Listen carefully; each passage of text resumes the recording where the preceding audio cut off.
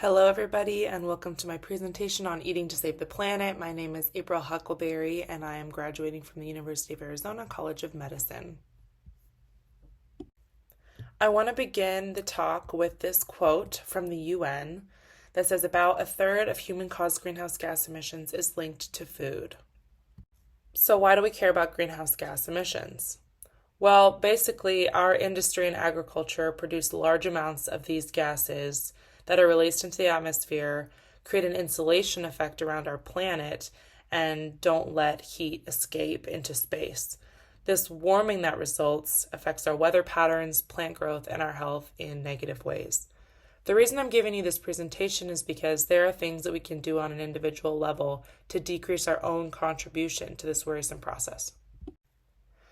Let's begin with protein. Why do we need it to live? Why is our culture obsessed with it? Well, we need it for building strong bones, muscles, skin, hair, and nails. It's also important for repair, digestion, and other physiologic processes in our bodies. Now, how do we get our protein, and how should we be getting our protein from a climate lens?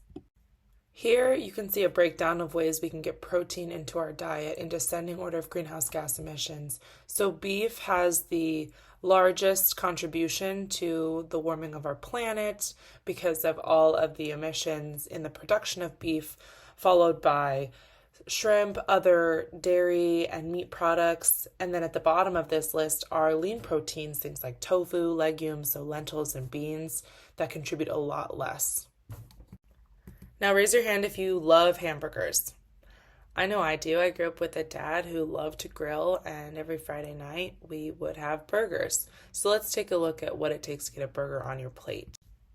To produce 1 pound of beef, you need 1,847 gallons of water, 52 pounds of feed, of course the cow, and you are releasing 0.5 pound of methane gas. Methane gas is a very potent form of greenhouse gas that contributes largely to this insulation effect, basically putting a sweater around our planet and making our temperatures feel hotter and hurting our health.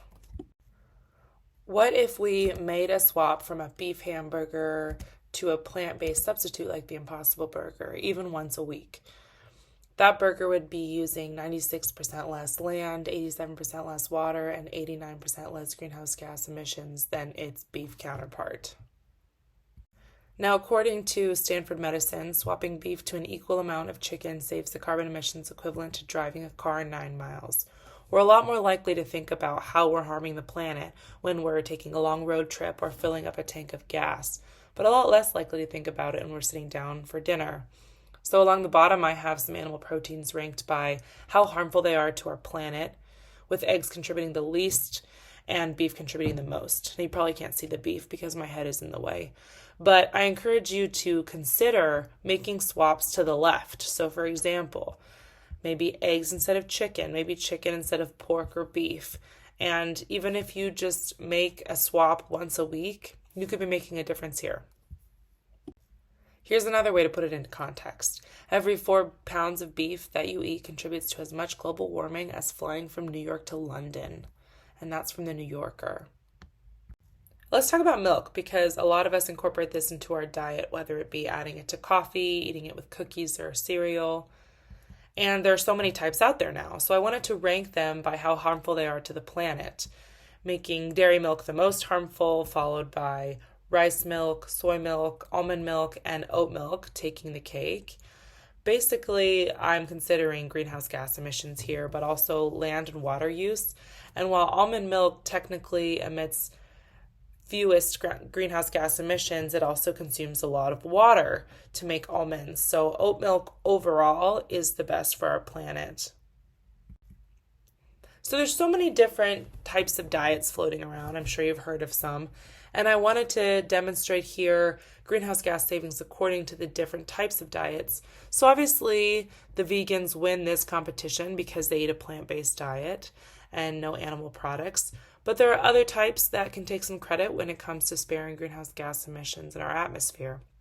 I wanted to describe here some of the less intuitive diets that I had never heard of. For example, the flexitarian. I think Kim Kardashian is a flexitarian.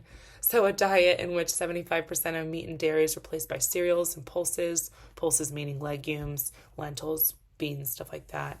The fair and frugal diet is a diet that assumes food is shared equally across the world. So basically, a relatively low intake of animal products because there would not be enough to go around. And then the climate carnivore, a diet in which 75% of red meat is replaced with other meat. So all kinds of diets can reduce greenhouse gas emissions and should be considered for their health profile, but also how we're affecting the planet. So if you're anything like me, you love eating at restaurants. Now I want to see a show of hands if you think that it's better for the planet to eat at home.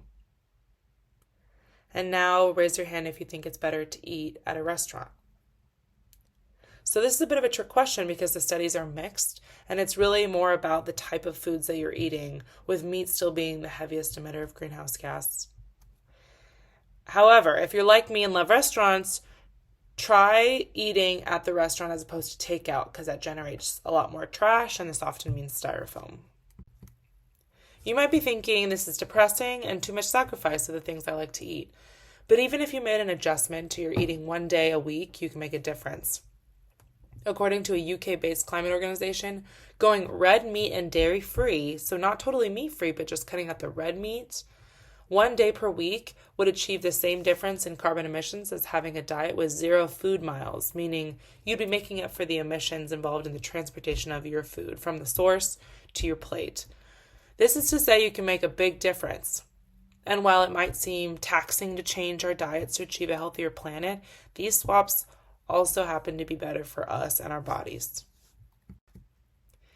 Please let me know if you have any questions. You can email me at huckleberryapril@gmail.com.